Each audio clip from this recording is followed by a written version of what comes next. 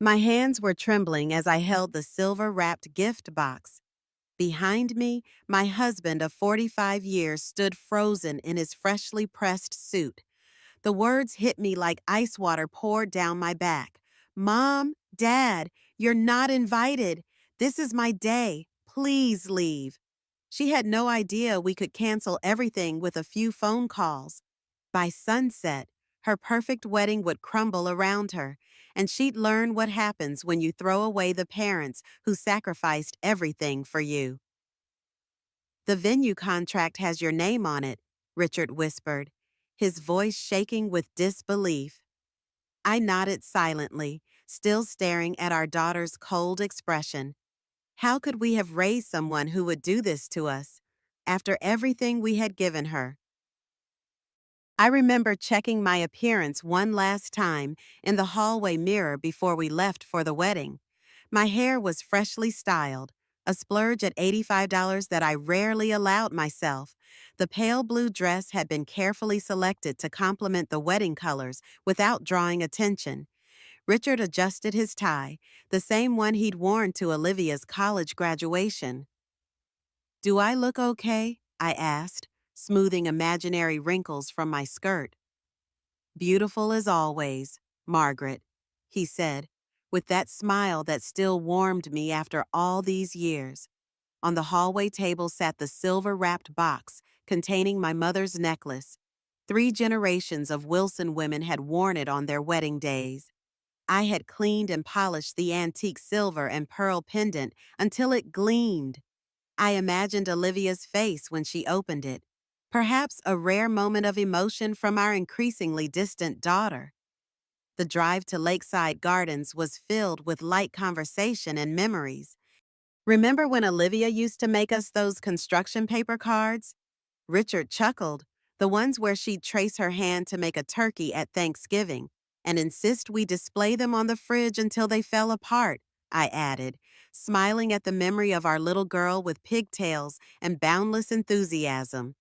Where had that little girl gone? When had she transformed into the woman who now barely returned our calls? We arrived at the venue, the elegant garden estate that Richard and I had paid for from his retirement fund. $32,000 for the venue alone. The flowers, the catering, the photographer, the band, all bearing our signatures on the contracts. Even the wedding planner had been our suggestion when Olivia became overwhelmed with the details. As we walked toward the ceremony space, a young woman with a clipboard approached. You must be Mr. and Mrs. Wilson Olivia's parents, right? Yes, that's us, Richard replied warmly. Olivia asked me to bring you to her when you arrived. She's in the bridal suite. We followed her through manicured gardens where workers were making final adjustments to the floral arch, white roses and blue hydrangeas, just as Olivia had wanted. I noticed the string quartet setting up near the rows of white chairs. Everything was perfect, just as we had planned. The woman knocked on a door decorated with a hand-lettered bride sign. Olivia, your parents are here. The door opened, and there stood our daughter in her wedding gown, not the one she had initially chosen with me. I noticed this was more elaborate, with delicate beadwork across the bodice that must have cost a fortune. Her hair was swept up elegantly, her makeup flawless. For a moment, I felt a surge of maternal pride, my beautiful daughter on her wedding day. Then I saw her expression. There was no warmth, no joy at seeing us. Instead, her lips pressed into a thin line, her eyes cool and assessing. Behind her, I glimpsed several young women in matching blue dresses, her bridesmaids, watching with curious expressions. Mom, Dad, she said, her voice flat and businesslike. What are you doing back here? Richard frowned slightly. The wedding coordinator brought us. We wanted to see you before the ceremony, give you our gift. I extended the silver box, smiling despite the growing unease in my stomach. It's your grandmother's necklace, the one you always admired. I thought maybe you'd want to wear it today. Olivia didn't take the box. Instead, she stepped into the hallway, pulling the door mostly closed behind her. Look, she said, lowering her voice. There's been a change of plans. What do you mean? I asked. She sighed, as if explaining something to a child. Mom, Dad, you're not invited to the ceremony or reception. This is my day, and Tyler and I have decided we want it to be just our friends and his family. Please leave. The words didn't make sense at first. Not invited to our own daughter's wedding, the wedding we had paid for. I don't understand, Richard said, his voice suddenly hoarse. We're your parents. We've arranged everything. And I appreciate that, Olivia said without a hint of actual appreciation. But this is what Tyler and I want. His parents have certain expectations about the kind of wedding this should be. And honestly, it's just better this way. Better without us. The implication hung in the air, unspoken but unmistakable. Olivia, I began, my voice trembling. We've spent months helping you plan. We've paid for everything. Your father took money from his retirement account to give you the wedding you wanted. She shrugged, a small, dismissive gesture that cut deeper than any words. And I'm grateful, but this day isn't about you or what you've paid for. It's about Tyler and me starting our life together. A young man in an expensive suit approached, Tyler, Olivia's fiancé of 2 years. Tall, handsome, from what Olivia had described as a good family. He placed a proprietary hand on her shoulder. Is everything okay here? He asked, his eyes coolly assessing us. Fine, Olivia said. I was just explaining to my parents that the guest list has changed. Tyler nodded, not even pretending to look sympathetic. I'm sorry about the confusion, but we really need to stick to our plan. The ceremony starts in 20 minutes. Behind them, the door opened slightly, and a bridesmaid peeked out. She whispered something to Olivia, and they both laughed, a small, exclusive moment of amusement that felt like another deliberate exclusion. I stood there, the gift box heavy in my hands, as the reality of the situation sank in. My throat went dry. Around us, guests had begun to arrive, some glancing curiously in our direction. One woman, Tyler's mother, I realized from the photos Olivia had shown us, gave me a look I couldn't forget. A mix of surprise and mild irritation, as if we were uninvited strangers causing a scene. She knew who we were. She had to know. Yet she turned away without acknowledgement, guiding an elderly couple toward the seating area. You should go, Olivia said, already turning back toward the bridal suite. The planner can show you out a side entrance so you won't disturb the arriving guests.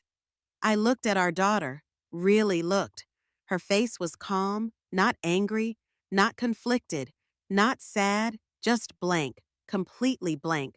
Like we were a minor problem she needed to solve before getting back to her important day. Richard stood beside me, silent. I felt his hand clench beside mine. I knew that tension in his jaw all too well, the kind of stillness he maintained when trying not to show pain. I thought of all the moments leading to this betrayal. The day Olivia told me not to come to her dress fitting. It'll be tight, Mom. I'll send you photos. She never did.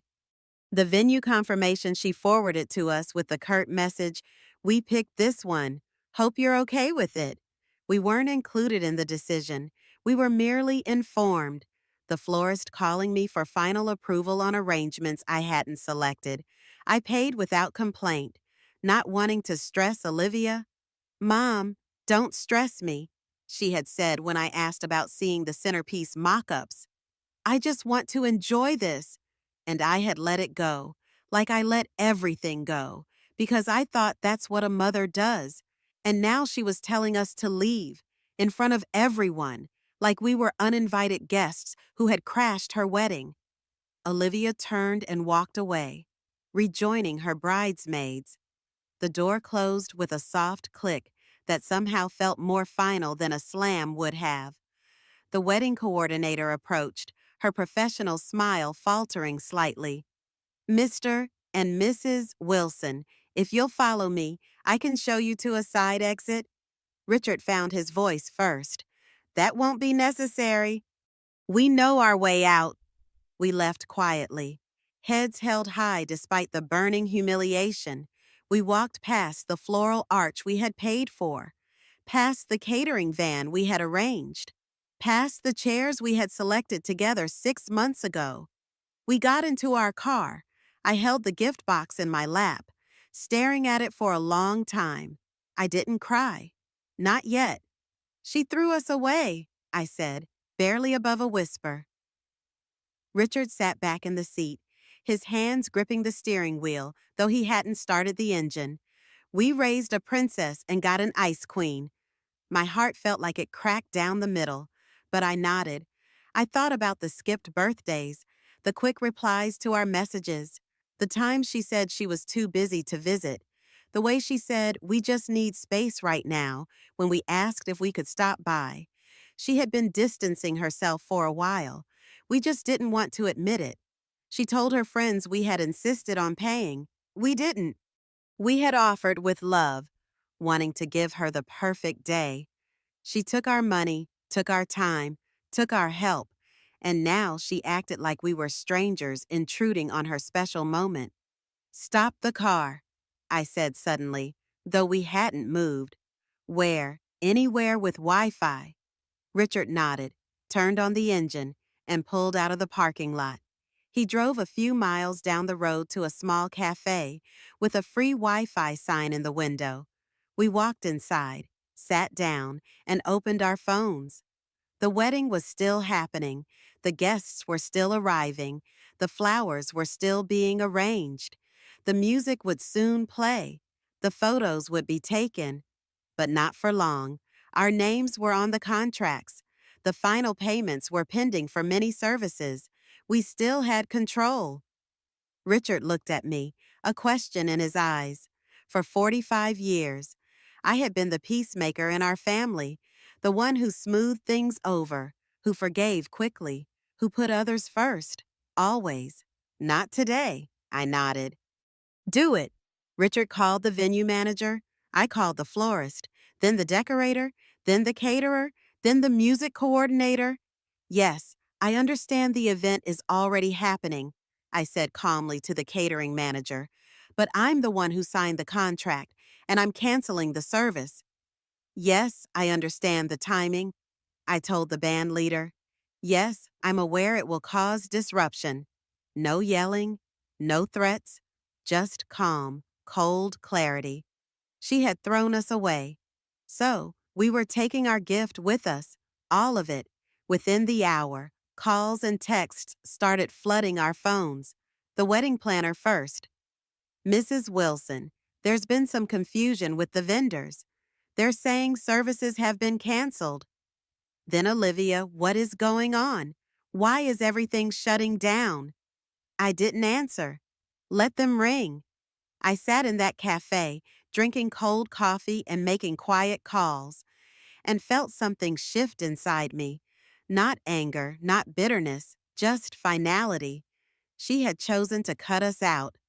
So we stepped all the way out, and she would feel the loss, because without us, there would be no music, no dinner, no flowers, no celebration. She wanted us invisible. Fine, then everything we gave her would disappear too. I did. We drove home in silence, not the comforting kind of silence built from years of understanding, but the heavy kind that sinks into your bones. The road stretched long, and the sky, once bright with wedding day promise, turned a pale, indifferent gray.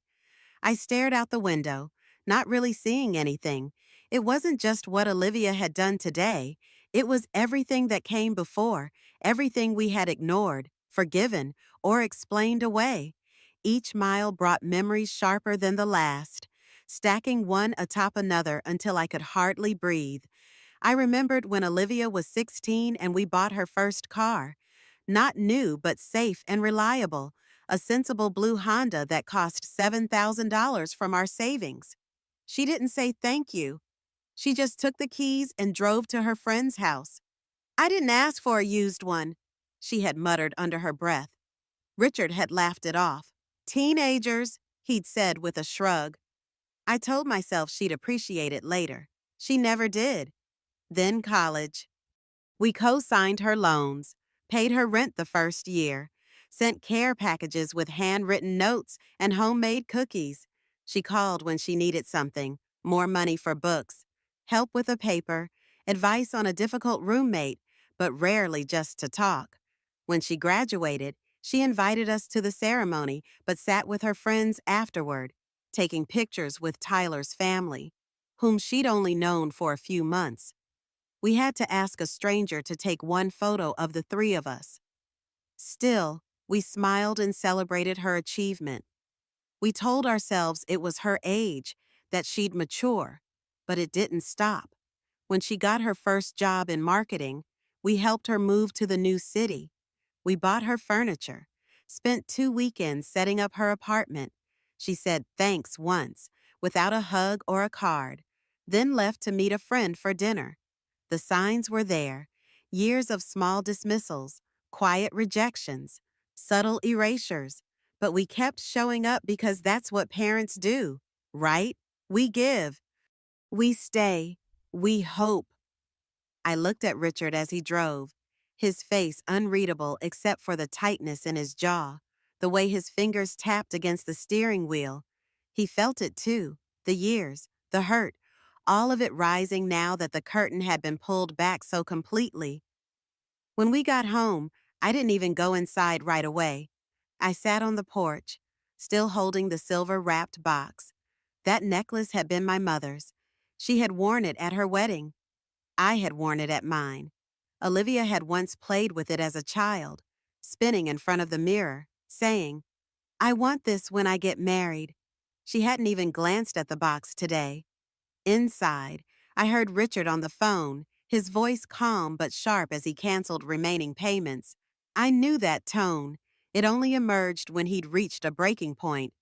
I finally went inside, set the box on the kitchen table, and sat down across from it like it was a person I needed to confront. Then I opened my laptop. Emails, dozens of them. All the wedding planning correspondence we had been looped into, then slowly pushed out of. We decided to go with a different cake vendor. Can you just send the deposit directly to the planner? It'll be easier. We moved the rehearsal to Friday afternoon. Hope that still works for you. Hope. They always hoped, but never asked. Olivia and Tyler had positioned us as assistants, as support staff, never family. The longer I read, the clearer it became we were only invited to contribute, not to participate. We were ATMs with emotions they found inconvenient. I scrolled through my text messages with her. Short answers, delayed responses, messages left on read. One stood out from 3 weeks ago. Me, are you free this weekend? Would love to have lunch. Just us? Olivia? Can't. Wedding errands? Maybe another time. Another time never came. And yet I kept trying. The resentment wasn't a sharp sting anymore. It was steady, a pulse beneath everything. I made dinner that night on autopilot, stirred the sauce, set the table, washed my hands twice because I forgot I'd already done it. Richard didn't say much. We were both trying to process what we'd allowed, not just today, but for years. After we ate, he pulled out the box with the wedding invoices, laid them out one by one, venue final payment still owed. Florist deposit made, balance unpaid. Photographer final payment due this week. Band half paid, half pending. She never confirmed the final guest count with the caterer. The manager had mentioned they might not even have had enough food. I stared at the papers, each line a reminder of what we gave and how little it mattered. It wasn't just about money. It was the absence of care. The decision to exclude us from the moment she had claimed as her own after we built it for her. Later that evening, the calls started again. Unknown number, voicemail, then her number. Olivia, I didn't answer. Let it ring.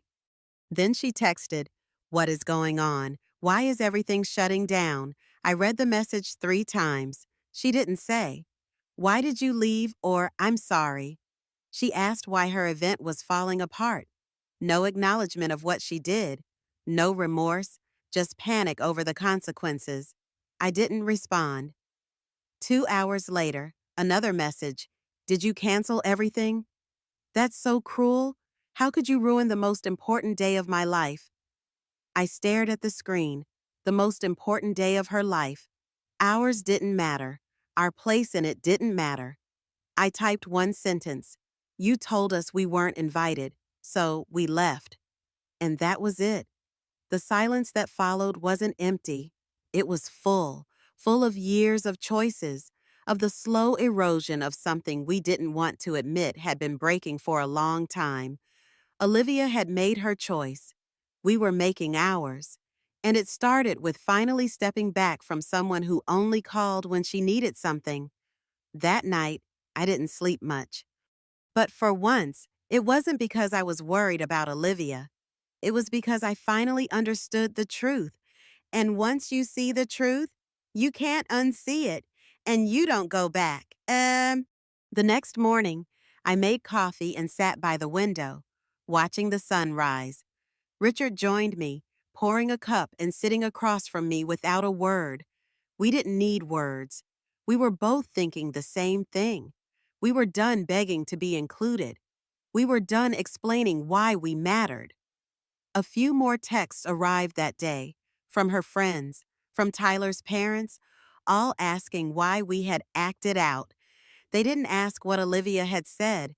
They didn't know we were told to leave. She hadn't told them the truth. She had painted us as difficult, as dramatic, as unreasonable. It didn't matter. We had the receipts, the contracts, the records, and the truth. And that was enough, because for the first time in decades, we were choosing ourselves, and it felt like a door closing softly, not with anger, but with peace. I didn't answer the phone for 3 days. Every call, every text, every message that buzzed across the screen, I let sit. Not because I didn't see them, but because I needed to sit with myself first.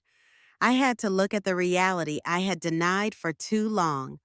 I spent the third day going through old folders in the hall closet, contracts, bank transfers, emails I had printed out. I opened an envelope with our last will and testament, still naming Olivia as our sole beneficiary. I stared at it for a long time. What had we done? I went into the living room. Richard was watching the news, though his unfocused eyes told me he wasn't really seeing it. I handed him the envelope. "We need to talk to someone," I said. He didn't hesitate. He just nodded. That afternoon, we made an appointment with a financial planner, not our usual one, but someone new, someone with no ties to Olivia. I wanted someone who would look at our accounts like we were just names and numbers, not a family on the edge of something irreversible. At the office, we explained our situation carefully. Not all the emotions, not the humiliation, just the facts. We paid for a wedding we weren't allowed to attend. We were removed from the event, but still financially responsible for it. The planner blinked. "And you want to know how to secure your assets going forward?" "That," I said, "and how to limit access." He asked about joint accounts, about any shared financial documents. "She doesn't have direct access," I said. "Not directly," Richard added, "but she's persuasive. She knows how to make it seem like an emergency." The planner smiled, polite but not warm. He had heard this before. We left with a folder of options: trust structures, emergency freezes, new wills, all the tools people don't think they need until they're too deep in the guilt to see clearly. That night, while folding laundry, a memory hit me so hard I dropped a towel. I was 19. My father had just remarried. One evening, I showed up at his house without calling first. His new wife answered the door. He stood behind her. "He didn't invite me in," he said. "You should have called first. This is our space now." That sting, that shame, I hadn't felt it in years. but I felt it again when my daughter used those same words. This is my day. You're not invited. And just like that, I was back on that doorstep, unwanted. And then something strange happened. I began to feel angry, not just hurt, but angry. And that was new. The next morning, I sat down with my laptop and opened Olivia's social media. There it was, photos from what was left of the wedding, captions filled with phrases like resilient love and unshakable bond.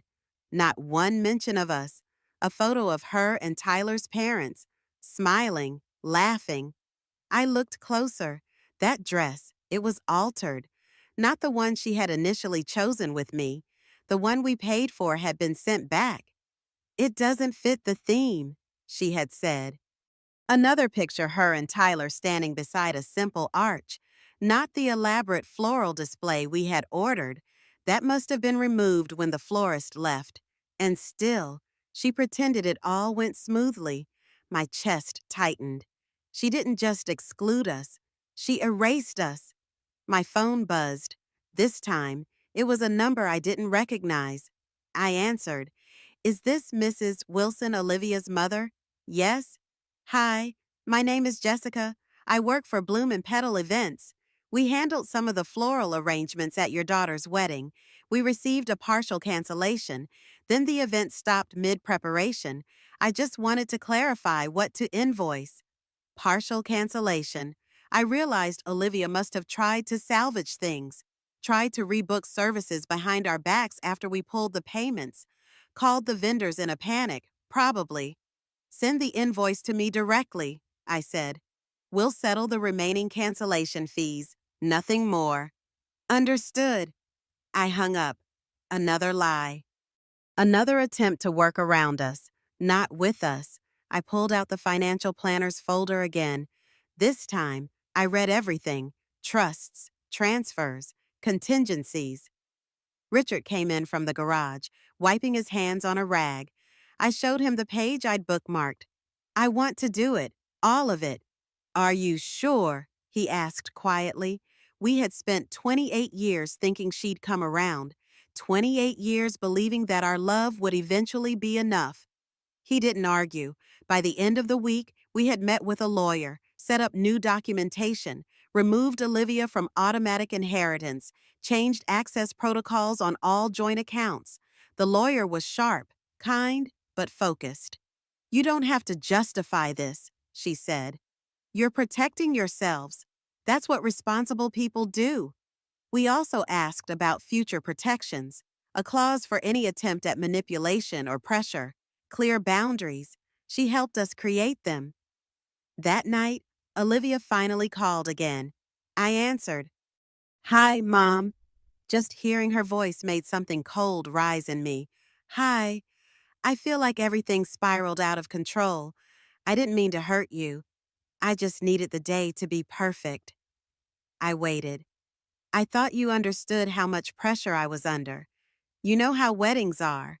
Blame shifting, classic Olivia. You told us to leave.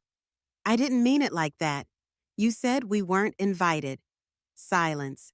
Then, can we just move past this? No, I said. What do you mean?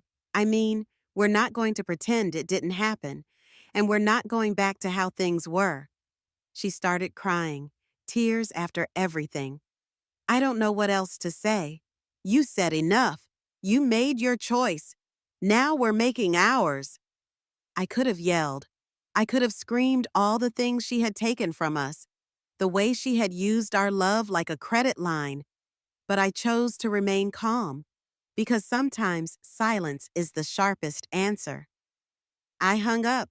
It was quiet afterward, but it was the right kind of quiet, because we were finally free from the loop where love meant sacrifice and silence. Now it meant boundaries and consequences. And something in me finally began to heal.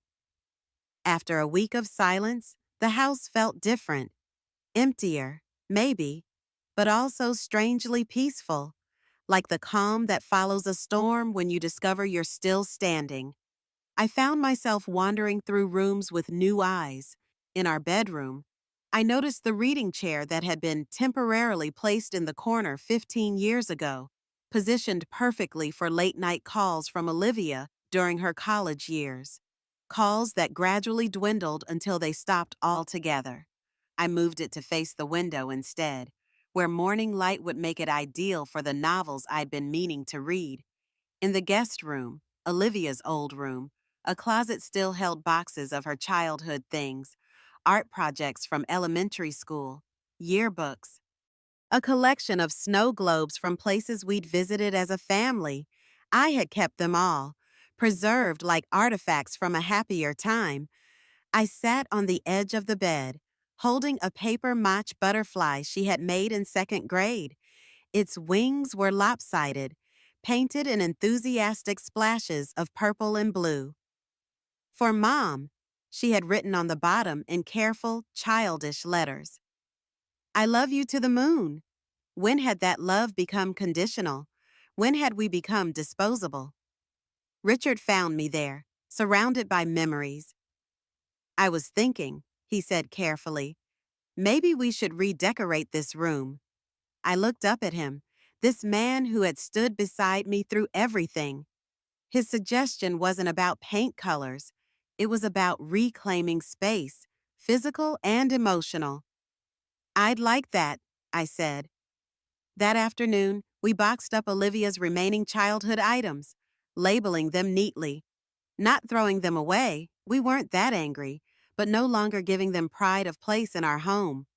We would store them in the attic, available if ever wanted, but no longer defining our living space. It was a small act, but it felt significant, like the first step in a journey back to ourselves. The next morning, I woke earlier than usual.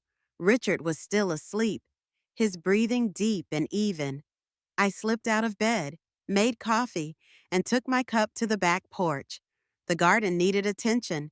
Weeds had sprouted between the hostas, and the rose bushes needed pruning. I hadn't spent much time there lately. Wedding planning had consumed every spare moment for months. Before that, it had been helping Olivia with her apartment move. Before that, something else. Always something else. I set my coffee down, pulled on gardening gloves, and knelt in the soft earth. There was something meditative about pulling weeds, identifying what didn't belong, removing it carefully, roots and all, to prevent it from returning, making space for what you actually wanted to grow. 2 hours later, sweaty and dirt-smudged but oddly content, I went inside to shower. My phone showed 3 missed calls, all from Olivia. No voicemails, no texts, just calls, as if her need to speak was urgent, but not urgent enough to leave a message. I set the phone down without returning the calls. This, too, felt like growth. After my shower, I found Richard at the kitchen table, newspaper spread out, reading glasses perched on his nose.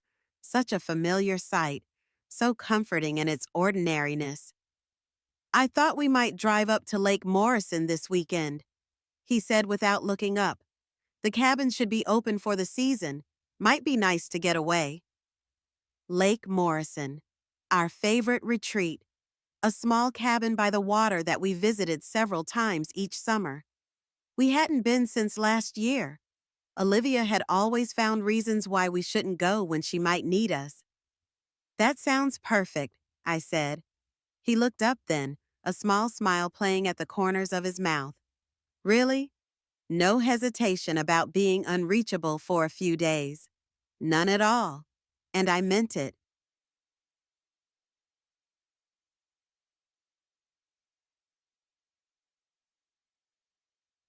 We were packing for our weekend trip when the doorbell rang. Richard went to answer it while I folded another sweater into my overnight bag. I heard murmured voices. Then Richard called, Margaret, you might want to come down here. I descended the stairs to find Susan Clark, my younger sister, standing in our entryway. Her visit was unexpected. We hadn't spoken much in the past few months. Susan, is everything okay? She shifted uncomfortably. I saw Olivia's posts about the wedding, And then I got a call from her yesterday. She's pretty upset. Of course. She wasn't here for me. She was here as Olivia's proxy. I'm sure she is, I said, keeping my voice neutral. Susan glanced at Richard, then back to me. She said you canceled her wedding, that you pulled all the vendors halfway through. People are talking, Margaret. Are they? I moved past her to the living room, indicating she should follow. And what exactly did Olivia tell you happened? Susan sat on the edge of the sofa. She said you got upset about some misunderstanding and retaliated by shutting everything down, that you couldn't handle not being the center of attention. Richard made a sound, half laugh, half scoff. I placed a hand on his arm. Did she mention telling us we weren't invited, that we were asked to leave the venue before the ceremony even began?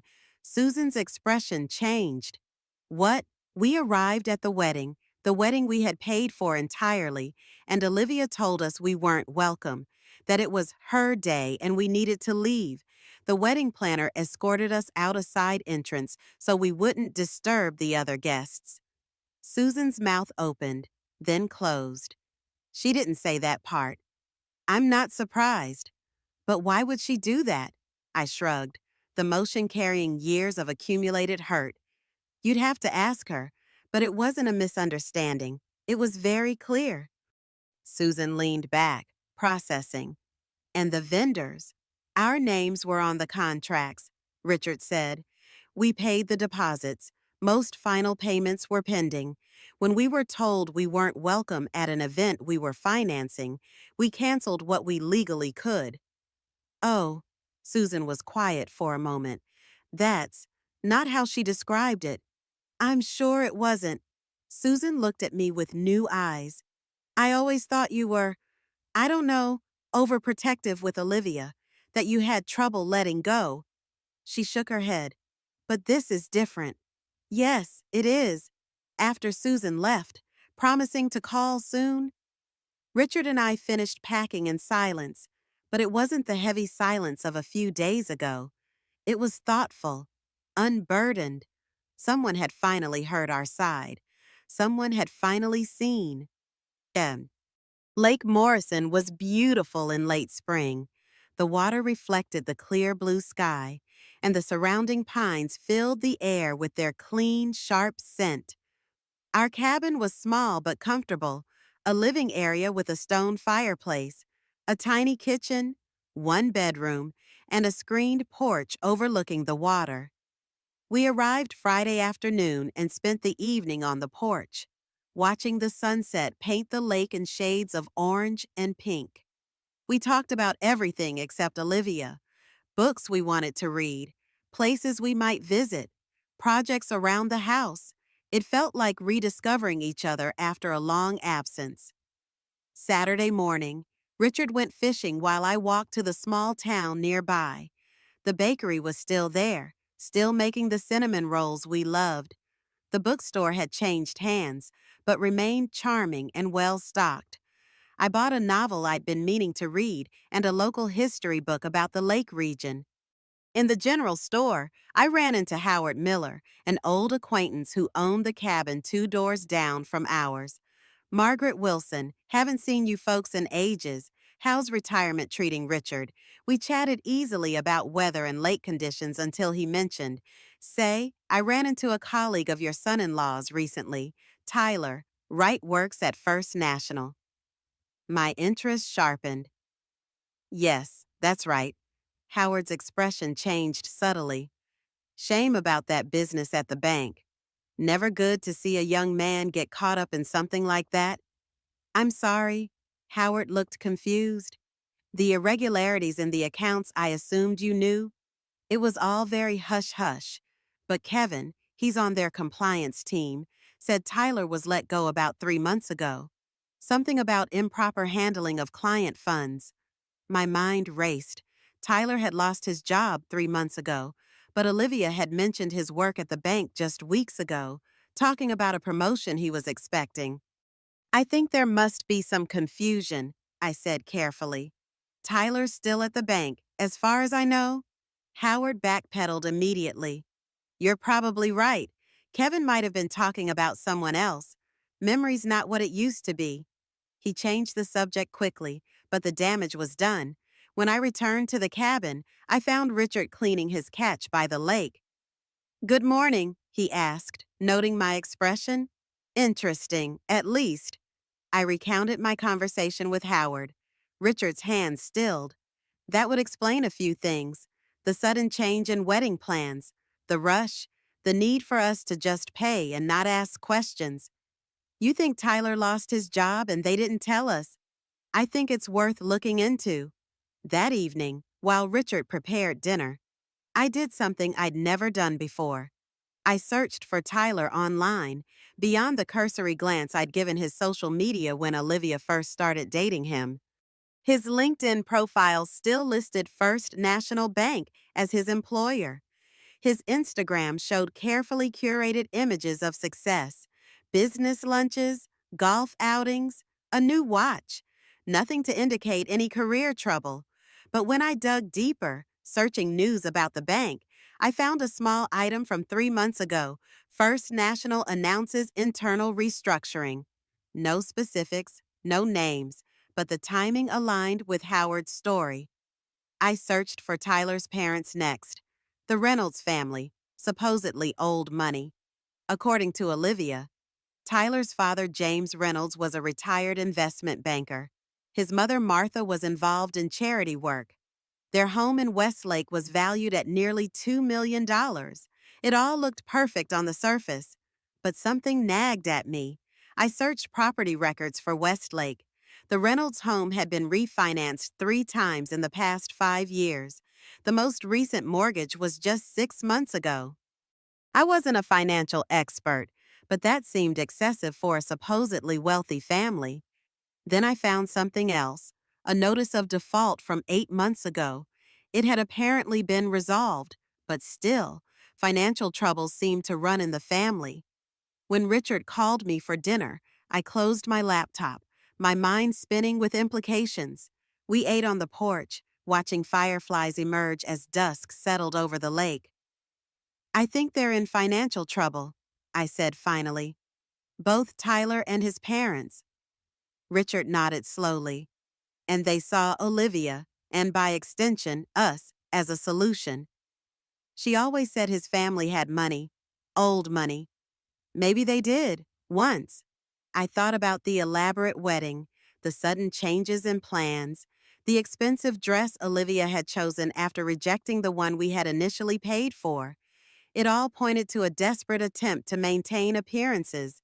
"Do you think Olivia knows?" I asked. Richard considered this. "If she does, she's complicit in the deception. If she doesn't, she's being used," I finished. Just like we were. The realization brought no satisfaction, only a hollow ache. Either our daughter was knowingly deceiving us, or she was being deceived herself. Neither possibility brought comfort. We returned home Sunday evening to find a package on our porch. No postage. It had been hand-delivered. Inside was a formal invitation on thick cream cardstock. "Tyler and Olivia Reynolds request the pleasure of your company for a reconciliation dinner Friday, June 12th at 7:00 p.m., the Westlake Grill." A handwritten note was attached. "Please come, we need to talk. Olivia, the Westlake Grill, one of the most expensive restaurants in the city. A place for business deals and anniversary celebrations." Richard handed the invitation back to me. "What do you think?" I thought about everything we had discovered, about the financial irregularities, about the wedding disaster, about years of being taken for granted. "I think it's another performance," I said. "Another attempt to manage the situation without addressing the real issues." He nodded. "So we don't go." I placed the invitation in the folder I had started, the one labeled "What We Let Go." Yet it felt right there, alongside the other artifacts of our changing relationship with our daughter. Monday morning, I woke with a sense of purpose I hadn't felt in years. After breakfast, I called Dr. Eleanor Hayes, a therapist whose name I had gotten from a friend months ago but never contacted. "I'd like to schedule an appointment," I said when the receptionist answered. "For me, not for family counseling, just for me." The words felt strange in my mouth, but right in my heart. Just for me. Not to fix my relationship with Olivia, not to be a better mother or wife, just to understand myself better. My first appointment was set for Thursday. Richard raised an eyebrow when I told him, but he seemed pleased. "Good for you," he said simply. That afternoon, my phone rang. Tyler's number. I let it go to voicemail. His message was carefully modulated. Professional. "Margaret, it's Tyler. I hope you and Richard are well. Olivia and I were disappointed you couldn't attend the wedding. There seems to have been some miscommunication. We'd really like to clear the air. Please call me back when you have a moment." Miscommunication. As if Olivia's words, "You're not invited," could have been misinterpreted. I didn't call back. 2 hours later, he called again. This time, I answered.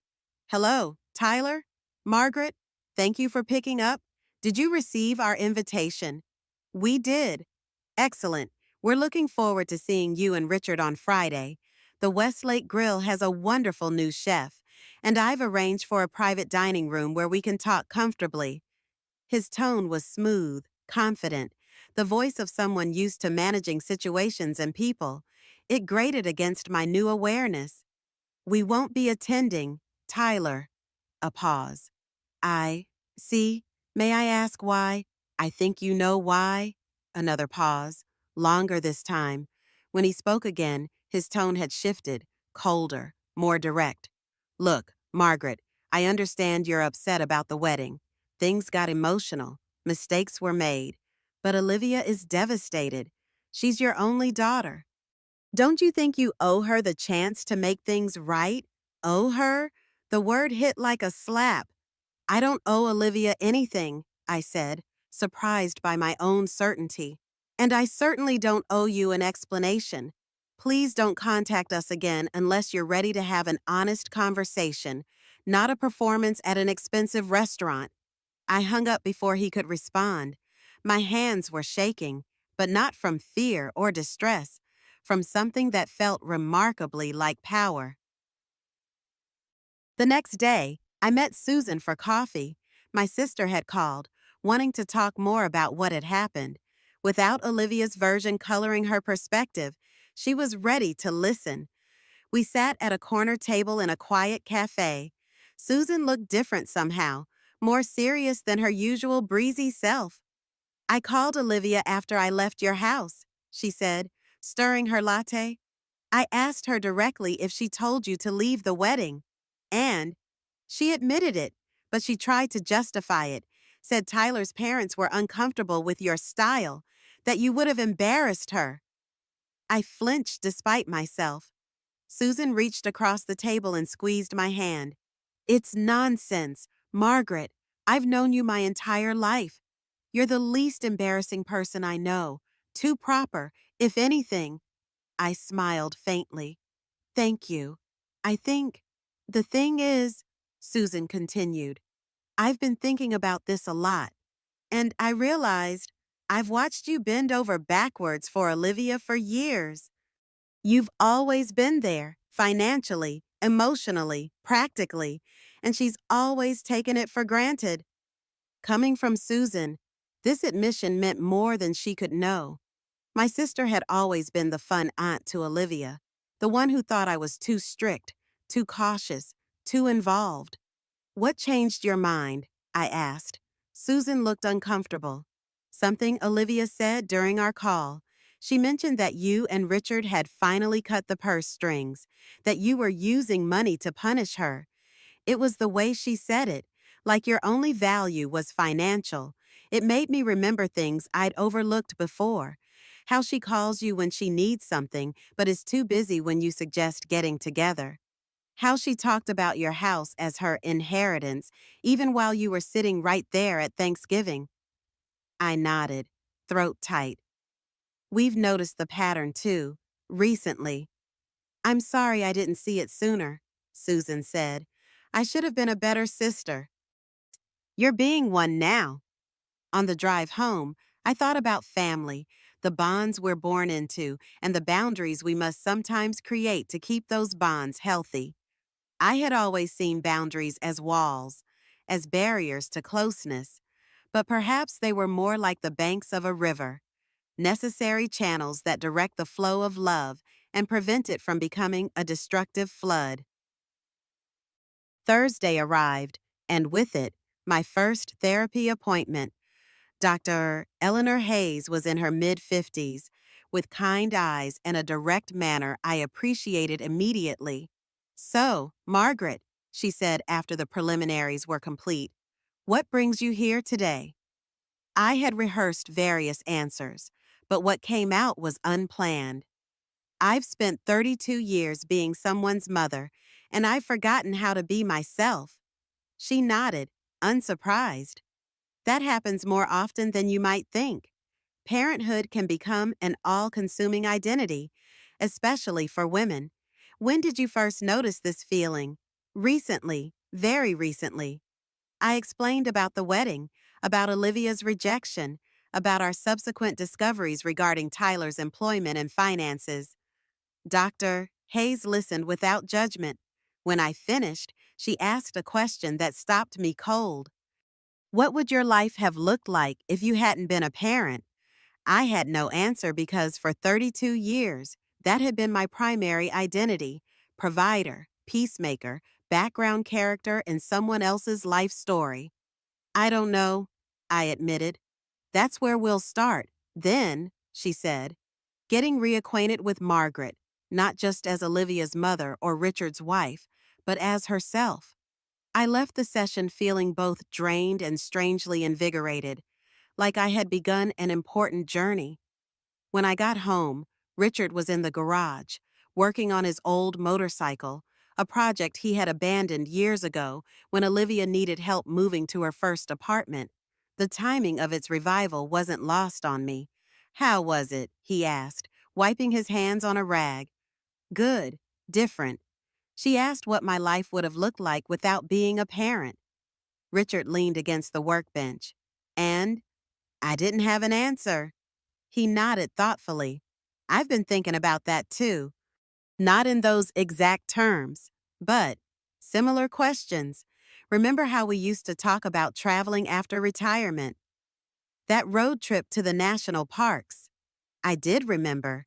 We had maps, brochures, a rough itinerary, all set aside when Olivia announced her engagement. The wedding planning had consumed everything. Maybe we should revisit those plans, I suggested. His smile was answer enough. That evening, as we sat on the back porch watching the sunset, my phone rang. Olivia again. After a moment's hesitation, I answered. Mom? Her voice was subdued. You didn't come to the dinner. No, we didn't. I was trying to make things right. I took a deep breath. Arranging an expensive dinner isn't making things right. Olivia, it's managing appearances. There's a difference. What do you want from me? A hint of frustration crept into her voice. I said I was sorry. Had she, I couldn't recall an actual apology. I don't want anything from you right now, I said honestly. That's not why we declined. Then why? Because we're taking some time to reevaluate our relationship, all aspects of it. What does that mean? Now there was alarm in her tone. It means we're making some changes, financial and otherwise. Like what? What changes? I could have detailed the new trust arrangements, the updated will, the closed joint accounts, but that would have centered the conversation on money, exactly what I was trying to move away from. That's not a discussion I want to have right now. When we're ready to talk, really talk, not perform reconciliation over expensive meals, we'll let you know. So that's it. You're just cutting me off, your own daughter. The old guilt rose up, but I pushed it down. We're not cutting you off, Olivia. We're establishing boundaries. There's a difference. Dad would never agree to this, she said, changing tactics. Put him on the phone. Your father and I are united in this decision. Goodbye, Olivia. I ended the call and set the phone down on the table between Richard and me. He reached over and took my hand, squeezing gently. You okay? I considered the question carefully. Was I okay? My relationship with my only child was fractured. Decades of patterns were being broken. Nothing felt familiar or certain. And yet, yes, I said, surprised to find it was true. I think I am. Summer arrived with an unusual sense of freedom. For the first time in years, Richard and I made plans without first checking if Olivia might need us. We booked a 2-week trip to Yellowstone and Grand Teton National Parks, the journey we had postponed so many times. We joined a local book club. Richard restored his motorcycle and took weekend rides with a group of retired engineers. I started volunteering at the community garden, finding unexpected joy in nurturing plants and teaching children about growing food. Life developed a new rhythm, one dictated by our own interests rather than someone else's demands. It wasn't that we had stopped loving Olivia. The ache of her absence remained, a dull pain that occasionally sharpened when I passed her favorite bakery or heard a song she had loved as a teenager. But the constant anxiety, the need to remain available, to anticipate her needs, to smooth her path, had lifted. Dr. Hayes, now Eleanor to me, continued to help me navigate this new terrain. Detachment doesn't mean abandonment, she reminded me during one session. You haven't stopped being Olivia's mother. You've just stopped making her the center of your universe. It still feels selfish sometimes, I admitted. Is Richard being selfish by restoring his motorcycle, by pursuing his interests? Of course not. Then why hold yourself to a different standard? It was a question I returned to often in the quiet moments of self-doubt that still surfaced. Why did my own happiness feel like a betrayal of motherhood? Who had taught me that maternal love required self-erasure? In June, Susan invited us to her lake house for the 4th of July weekend. Just family, she said. The good kind. The holiday had always been spent with Olivia in the past, but this year we accepted Susan's invitation without hesitation. The weekend was lovely, swimming in the cool lake water, barbecue on the deck, fireworks reflecting on the dark surface of the water. Susan's 2 grown sons were there with their partners, easy and affectionate, helping with dishes without being asked, genuinely interested in Richard's motorcycle stories and my gardening adventures. You seem different, Susan's older son Michael commented as we watched the fireworks display. More relaxed, I smiled. I feel different. Later, as Susan and I washed dishes side by side, she said quietly, I saw Olivia last week. My hands stilled momentarily in the soapy water. Oh, she came to my office, said she couldn't reach you. We haven't been taking her calls, I acknowledged. Not yet. Susan nodded. She wanted me to intercede, to convince you to stop this nonsense, as she put it. And what did you tell her? That it wasn't nonsense, that actions have consequences, even when you're used to being forgiven for everything. Susan handed me another plate. She didn't like that answer. I imagine not. She's in trouble. Margaret. I looked at my sister sharply. What kind of trouble? Financial, mostly. She was vague about the details, but reading between the lines, I gather Tyler lost his job some time ago. They've been pretending everything's fine, but… Susan shrugged. The facade is cracking. I dried a glass slowly, thinking, did she ask for money?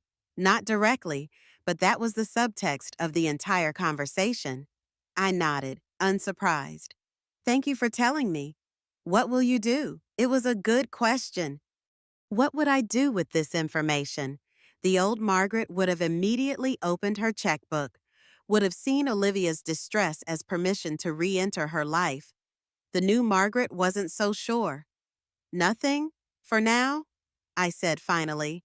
She needs to come to us directly, honestly. Susan smiled faintly. My big sister, setting boundaries. It's like watching a butterfly emerge from a chrysalis. At my age, it's more like watching a turtle finally learn to snap. We laughed, and the moment of tension passed. But that night, I lay awake beside Richard, thinking about Olivia in trouble. The maternal instinct to protect, to rescue, to fix remained strong, but something stronger held it in check. The knowledge that rescuing her again would only perpetuate the cycle.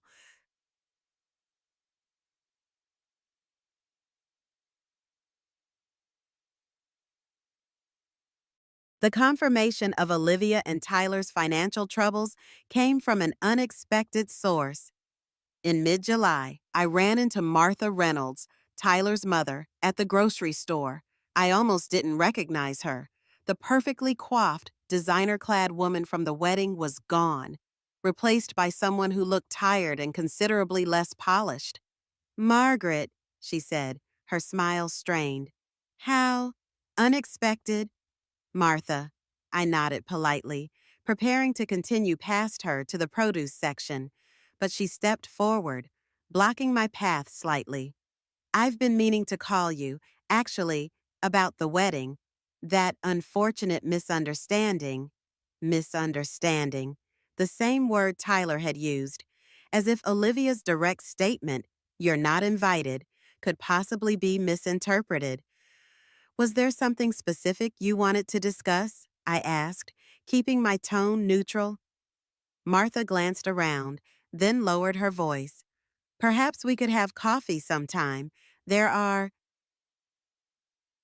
explanations that might help you understand why things happened the way they did." I studied her face, the carefully applied makeup that couldn't quite hide the worry lines, the designer sunglasses pushed up on her head like a shield. There was desperation behind her polished veneer. "I think I understand quite well. Martha, Tyler lost his job months ago. Your family's financial situation isn't what Olivia was led to believe. You needed our money for the wedding, but you didn't want us there disrupting the image you've worked so hard to maintain." Her face paled. "Who told you that?" "No one had to tell me. It was obvious. Once I started paying attention." Martha's composure slipped. "It wasn't my idea," she said quickly. "James and I would never have suggested. Tyler and Olivia made that decision themselves. And you didn't object when they told the people paying for the entire event that they weren't welcome." She looked away. "It was complicated." "No, Martha, it really wasn't." I moved past her then, continuing my shopping as if the encounter hadn't shaken me. But it had. The confirmation that our suspicions were correct brought no satisfaction, only a deep sadness that our daughter had willingly participated in such a callous deception. When I told Richard about the encounter that evening, he shook his head in disgust. "So they all knew. They all went along with it. It seems that way. And now they're in trouble, so suddenly they want to explain and make amends." I nodded, arranging vegetables in the refrigerator with more care than necessary. "I suspect we'll be hearing from Olivia directly soon, now that she knows we know about Tyler's job." Richard leaned against the counter, arms crossed. "What will you say when she calls?" "I don't know yet." But that wasn't entirely true. Part of me did know. Part of me had been preparing for this moment since the wedding day. The call came 3 days later. Not from Olivia, but from Tyler. "Margaret," he began, his voice missing the smooth confidence of our previous conversations. "I think we need to clear the air. There have been some misunderstandings."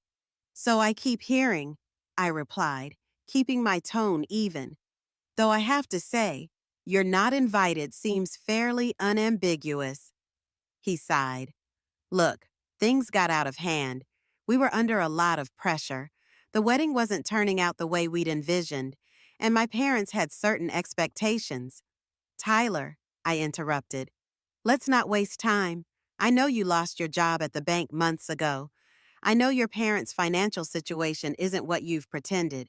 I know the wedding was more about maintaining appearances than celebrating a marriage. Silence stretched across the line. How did you find out? He finally asked, his voice small. It doesn't matter. What matters is that you and Olivia lied to us, repeatedly. You took our money while plotting to exclude us from an event we paid for entirely. It wasn't like that. It was exactly like that. Another long silence. Then, we need help, Margaret. At least he had arrived at the real point of his call. What kind of help? Financial? Temporary? His words came faster now. I have several promising job prospects. One is almost certain to come through next month. We just need to bridge the gap. Cover some expenses until then. How much? 20,000 would get us through the next few months, just until I'm back on my feet. The amount was significant, but not impossible. We had it. We could write a check today. Where's Olivia? I asked instead of answering. Why isn't she the one making this call? She's not doing well. This situation has been hard on her. I'd like to speak with my daughter directly. She's not home right now. Then call me when she is. This isn't a conversation I'm going to have with you alone. Margaret, please. The timing is critical. We have payments due.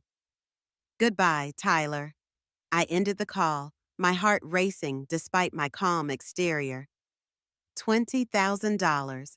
What had they done to need so much so quickly? And why wasn't Olivia making the request herself? I called Richard at his workshop to relay the conversation. 20,000, he echoed, disbelief evident in his voice.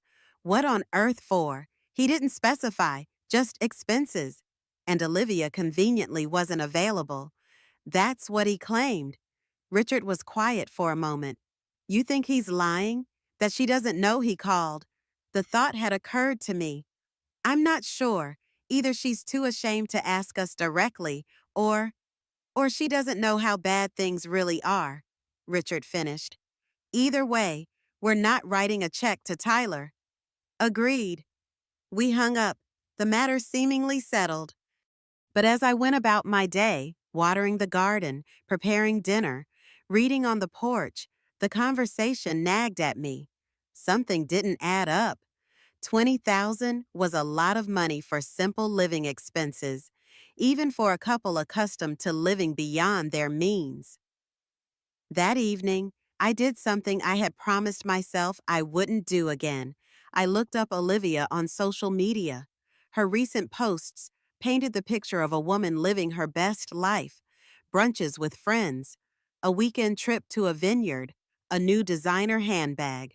No hint of financial distress, no indication that her husband was frantically trying to secure loans from her estranged parents.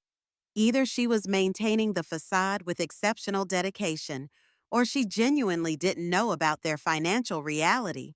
I closed the laptop, troubled. If Tyler was hiding the extent of their problems from Olivia, what else might he be concealing?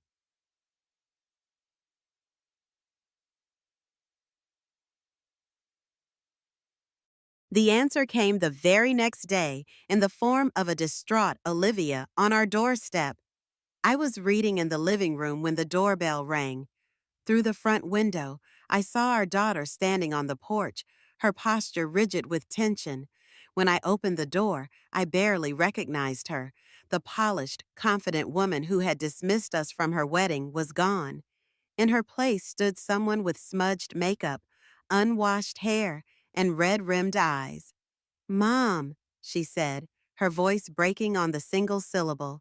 Despite everything, my heart constricted at the sight of her distress. Olivia, come in. She stepped inside, glancing around as if seeing our home for the first time, or perhaps the last. Is Dad here? He's at his workshop. I can call him. No, that's okay. I need to talk to you. I led her to the living room, noting how she perched on the edge of the sofa instead of settling into it as she once would have. Her hands twisted in her lap, her wedding ring catching the afternoon light. "Tyler's gone," she said abruptly. "Gone. He left yesterday, took his clothes, his car, emptied our joint account." She looked up, her eyes wild. "He's been lying to me, Mom, about everything. His job, his family's money, all of it." I sat very still, absorbing this. "How did you find out?" "The bank called about missed mortgage payments, payments I thought he was making. When I confronted him, he admitted he'd lost his job months ago, that he'd been using credit cards to maintain our lifestyle, that his parents aren't wealthy at all. They're barely staying afloat themselves." She laughed, a bitter sound without humor. "You know what he said, at least we had a beautiful wedding. As if that mattered now." The irony was almost too much. "Olivia, and then he told me he'd asked you for money." Her eyes flashed with sudden anger. "That you refused to help us, your own daughter." Ah, so that was why she was here. Not for comfort or reconciliation, but to confront me about not saving her from the consequences of her actions. Again. "Tyler called yesterday," I confirmed. "He asked for $20,000, but wouldn't explain exactly what it was for. I told him I needed to speak with you directly." "And if he had put me on the phone, would you have given him the money then?" I met her gaze steadily. "No," her face crumpled. "Why not? You have it. I know you do. That's not the point, Olivia.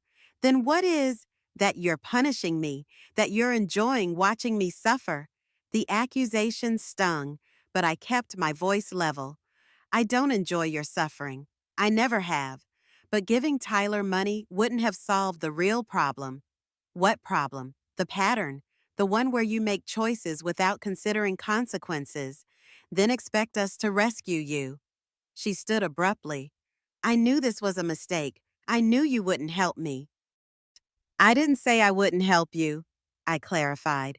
"I said I wouldn't give Tyler $20,000 with no accountability." She paused, confusion crossing her face. "What's the difference?" "The difference is I'll help my daughter, but I won't enable behaviors that hurt her in the long run." I took a deep breath. "Sit down. Olivia, let's talk about what's really going on and what happens next." For a moment, I thought she might leave. Her body was tense, poised for flight. But then, slowly, she sank back onto the sofa. "I don't know what to do," she whispered. And for the first time, she sounded like my daughter again. Not the cold woman who had dismissed us from her wedding, but the little girl who had once come to me with scraped knees and broken toys, trusting I could fix anything. "First, we need to understand exactly what you're dealing with," I said gently. "How much debt are we talking about? What assets do you have? What immediate needs must be addressed?" Over the next hour, Olivia's financial situation emerged in all its alarming detail. Tyler had lost his job after a minor scandal involving expense accounts. Rather than admit this failure, he had maintained their lifestyle through increasingly desperate means, maxing out credit cards, taking cash advances, even borrowing against Olivia's car. The $20,000 he had requested from us wasn't for general expenses. It was to pay off a high-interest loan from a questionable source that was now making threatening calls. "Why didn't you tell us any of this was happening?" I asked when she finished. Olivia stared at her hands. "I didn't know most of it myself. Tyler handled the finances. And after the wedding, I didn't think you'd want to hear from me." "Because you told us to leave?" She flinched. "Yes." "Why did you do that? Olivia, really?" She was quiet for so long, I thought she might not answer. Then, in a small voice, "Tyler said your presence would embarrass his family, that they had certain expectations about the kind of wedding we should have, that if we wanted to be accepted in their social circle, certain adjustments were necessary. And you believed him." I trusted him. She looked up, tears streaming now. I wanted to belong to that world, the country club memberships, the charity galas, the summer homes. I thought that's what I wanted. And when he said you and Dad wouldn't fit in, you chose his world over your family. She nodded miserably. I'm sorry, Mom. I'm so, so sorry. It was the first genuine apology she had offered, and it landed like a weight on my heart, heavy with the recognition of how much damage had been done, but also with the first real hope that healing might be possible. I know you are, I said softly. But sorry is just the beginning. Real amends take time and consistent action. What do I do now? She asked, sounding lost. Now, I said, reaching for my phone. We call your father, and then we start making a plan. Good. Richard arrived home 30 minutes later, his initial shock at finding Olivia in our living room quickly giving way to practical concern as we outlined the situation. By evening, a preliminary plan had taken shape. No, we would not give Olivia $20,000 outright, but we would help her negotiate with creditors, consult with a lawyer about Tyler's financial misconduct, and provide temporary support while she found her footing. You'll need to find an apartment you can actually afford, Richard explained, reviewing the budget we had sketched out. And a job, something stable. I have my marketing degree, Olivia said hesitantly. I've been freelancing, but I could look for something permanent. That's a good start. I agreed. We'll help you with first and last month's rent on a modest apartment, and we'll co-sign if necessary, given your credit situation, but you'll be responsible for the monthly payments.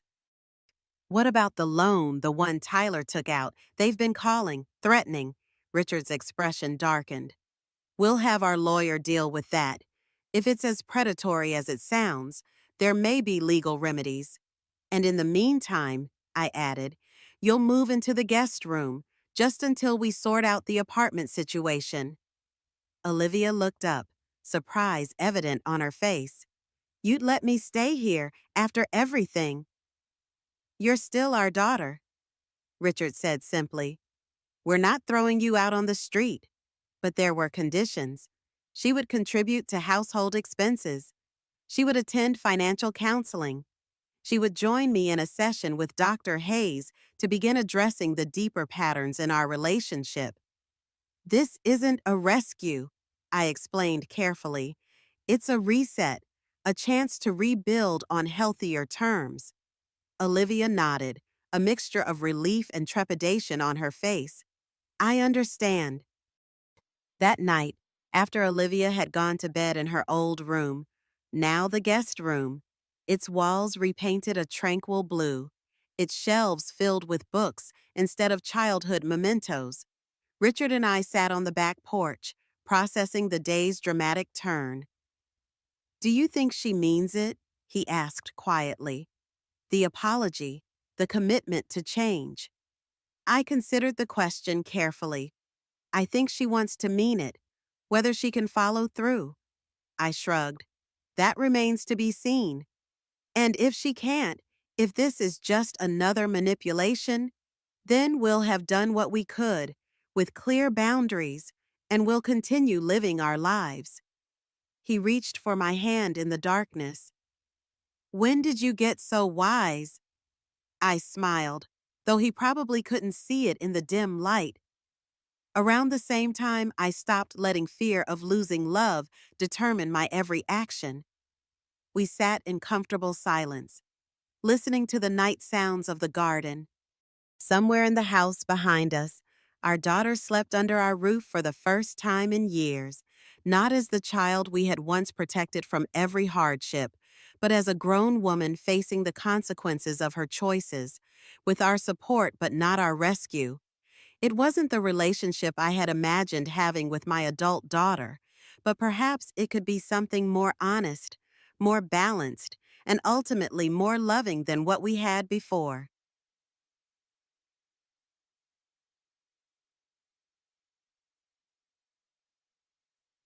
The weeks that followed were not easy. Olivia moved through our home like a ghost at first, uncertain of her place, awkward in her gratitude. I caught her staring at the changes we had made, the redecorated guest room, Richard's motorcycle in the garage, the new bookshelves filled with titles we had always meant to read, evidence of the lives we had reclaimed in her absence. For my part, I had to resist the constant urge to smooth her path, to solve her problems before she could even articulate them. Old habits surfaced unbidden, making her favorite meals without asking, picking up after her, anticipating her needs.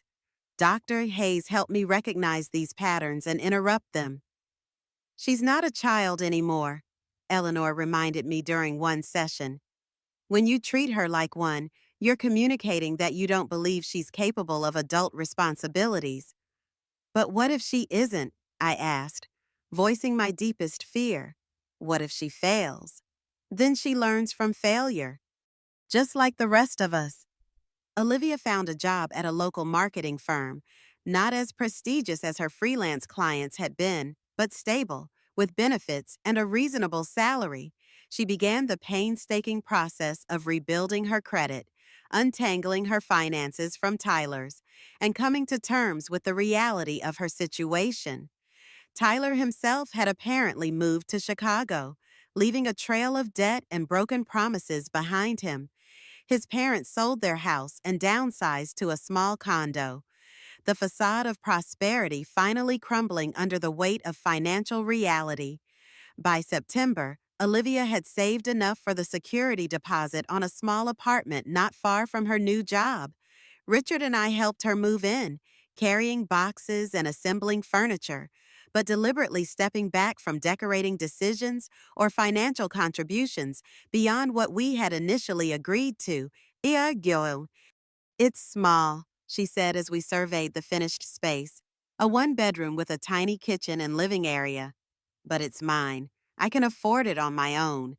There was pride in her voice, tentative but real. Perhaps the first time she had felt genuine ownership of her accomplishments, without the cushion of our support making success inevitable. It's a good start, Richard said, and I heard the approval in his tone.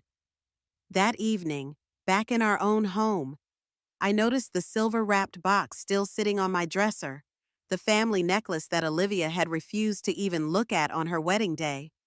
I picked it up, weighing it in my hand, considering. "What are you thinking?" Richard asked, watching me from the doorway. "I'm thinking it's time to put this away," I said, placing the box in my jewelry drawer. "Not forever, just until it's right." He nodded, understanding what I couldn't quite articulate. The necklace represented a tradition, a connection between generations. Giving it to Olivia now, when our relationship was still healing, would feel forced. Someday, perhaps, when the gift could be received with genuine appreciation for what it represented, not just its material value.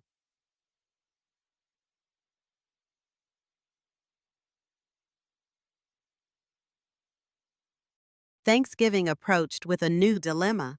Would we invite Olivia to join us? And if so, how would we navigate the complicated emotions that the holiday would inevitably bring? "What do you want to do?" Richard asked as we discussed the options. "I want to have a peaceful holiday," I said honestly. "I want to enjoy your company and Susan's without walking on eggshells or managing someone else's feelings."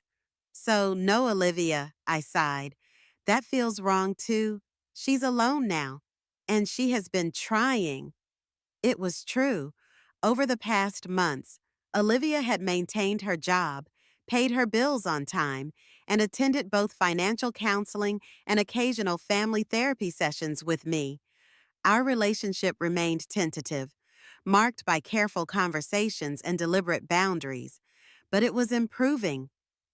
"What if we invite her with clear parameters?" Richard suggested. "A specific time frame, defined expectations."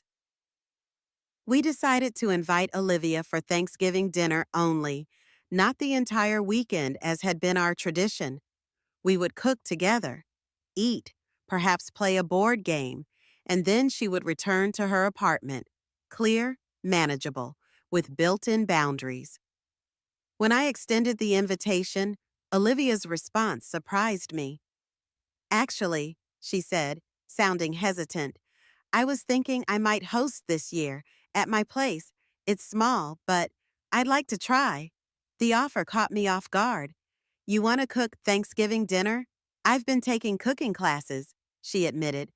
Part of my, I don't know, self-improvement plan, learning to do things for myself instead of expecting others to do them for me. I felt a swell of unexpected emotion, pride, perhaps, or simply recognition of genuine effort. That sounds lovely, I said. What can we bring? Just yourselves. I want to do this. For you and Dad. On Thanksgiving Day, Richard and I arrived at Olivia's apartment with a bottle of wine, but otherwise empty-handed, as requested. The small space was transformed, clean, decorated with simple fall arrangements. The table set with mismatched but charming dishes she must have found at thrift stores. Welcome, she said, her smile nervous but genuine. Everything's almost ready. The meal wasn't perfect. The turkey was slightly overdone. The gravy had lumps, and the pumpkin pie had cracked down the middle. But Olivia had made everything herself, from scratch, without assistance or rescue. This is delicious, Richard said, and I could tell he meant it. After dinner, as we sat with coffee and the imperfect pie, Olivia reached into a drawer and pulled out a small package. I made something for you, she said, pushing it across the table toward me. Inside was a handmade card, simple but clearly created with care. On the front was a pressed flower from the community garden where I volunteered. Inside, Olivia had written, Mom, thank you for not saving me when what I really needed was to learn how to save myself. I'm sorry for the pain I caused. I'm working on becoming someone worthy of the love you've always given me. Even when I didn't appreciate it, I love you. Olivia. I read it twice, tears blurring my vision. It wasn't a grand gesture.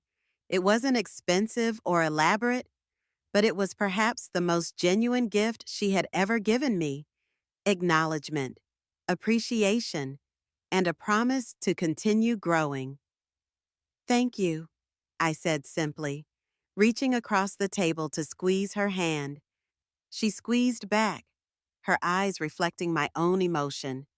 I mean it, Mom, every word. Later, as we prepared to leave, Olivia walked us to the door. I was thinking, she said, a hint of her old hesitation returning. Maybe we could have dinner once a month just to check in, if you want to.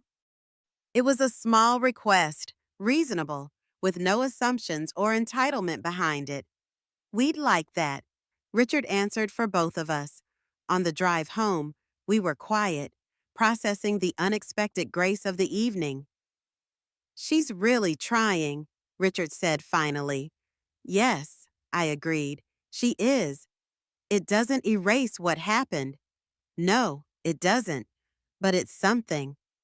I nodded, watching the familiar streets pass by outside the window. It's a beginning. Yay. In December, I found myself back in Dr. Hayes's office, reflecting on the changes of the past months. How are you feeling about your relationship with Olivia now? She asked. I considered the question carefully. It's different, smaller in some ways. We don't talk daily. We don't drop everything when she calls, but healthier, more honest. And how is that for you? Mostly good, sometimes sad. I mourn the easy closeness we'll probably never have, but I appreciate the authentic connection we're building instead. Eleanor nodded. That's a mature perspective. Relationships evolve. Sometimes they have to break before they can reform into something sustainable. Like a broken bone that heals stronger at the fracture point. Exactly like that. As Christmas approached, we navigated new traditions. Olivia would join us for Christmas Eve dinner, then spend Christmas Day with friends from work. Richard and I would celebrate quietly at home, then visit Susan and her family for dessert. On Christmas Eve, after a pleasant dinner, Olivia helped me wash dishes while Richard built a fire in the living room. "I've been thinking," she said, carefully drying a serving platter, "about the wedding, about why I did what I did." I kept my voice neutral. "Oh, it wasn't just Tyler's influence, though that was part of it. It was me, too. I wanted so badly to be seen as successful, sophisticated, to impress his family, his friends." She set the platter down carefully. "I think I was ashamed." Of what? Of being ordinary, of coming from a normal, middle-class family, of not having the pedigree Tyler pretended to have. She looked at me directly. "I was so busy trying to be someone else that I threw away the best part of who I actually am, your daughter." The simple honesty of the statement caught me off guard. "Thank you for saying that." "I'm still working on it, being comfortable with who I am, not needing expensive things or impressive connections to feel valuable." She smiled faintly. "The irony is, now that I'm paying my own bills and making my own way, I actually like myself better, even if my apartment is tiny and my furniture is secondhand." "I like who you're becoming too," I said honestly. After Olivia left that evening, Richard and I sat by the fire, sharing the last of the wine. "She's growing up," he observed. Finally. Better late than never. He reached into his pocket and pulled out a small box. "I was going to wait until tomorrow, but this seems like the right moment." Inside was a delicate silver charm bracelet with a single charm, a butterfly emerging from a chrysalis. "Susan's metaphor stuck with me," he explained. "You've transformed this year, Margaret, found your wings." I clasped the bracelet around my wrist, touched by the thoughtfulness of the gift and what it represented. "We both have," I said. "Found our wings. I mean," later, lying in bed, I thought about transformation, how painful and necessary it can be, how we resist it, fearing the loss of what is familiar, even when what is familiar no longer serves us. I thought about the year behind us, the wedding disaster that had forced us to finally see the truth, the painful separation that followed, the slow, careful rebuilding of relationships on healthier terms. I thought about Olivia, not the perfect daughter I had imagined having, but the real, flawed, growing woman she actually was. Someone capable of both terrible selfishness and genuine remorse. Someone still learning, still becoming. And I thought about myself, not just Olivia's mother or Richard's wife, but Margaret Wilson, a woman with interests and boundaries and a voice that deserved to be heard, someone who had spent decades focused outward and was finally learning to look inward as well. The journey wasn't over. Real change never is. But as I drifted toward sleep, the bracelet cool against my skin, I felt something I hadn't expected to feel after such a difficult year: peace. Not the fragile peace that comes from avoiding conflict, but the lasting kind that grows from facing hard truths and choosing to build something better in their wake. Someday, perhaps, I would give Olivia the family necklace, not as an inheritance or obligation, but as a gift between two women who had earned the right to celebrate their connection.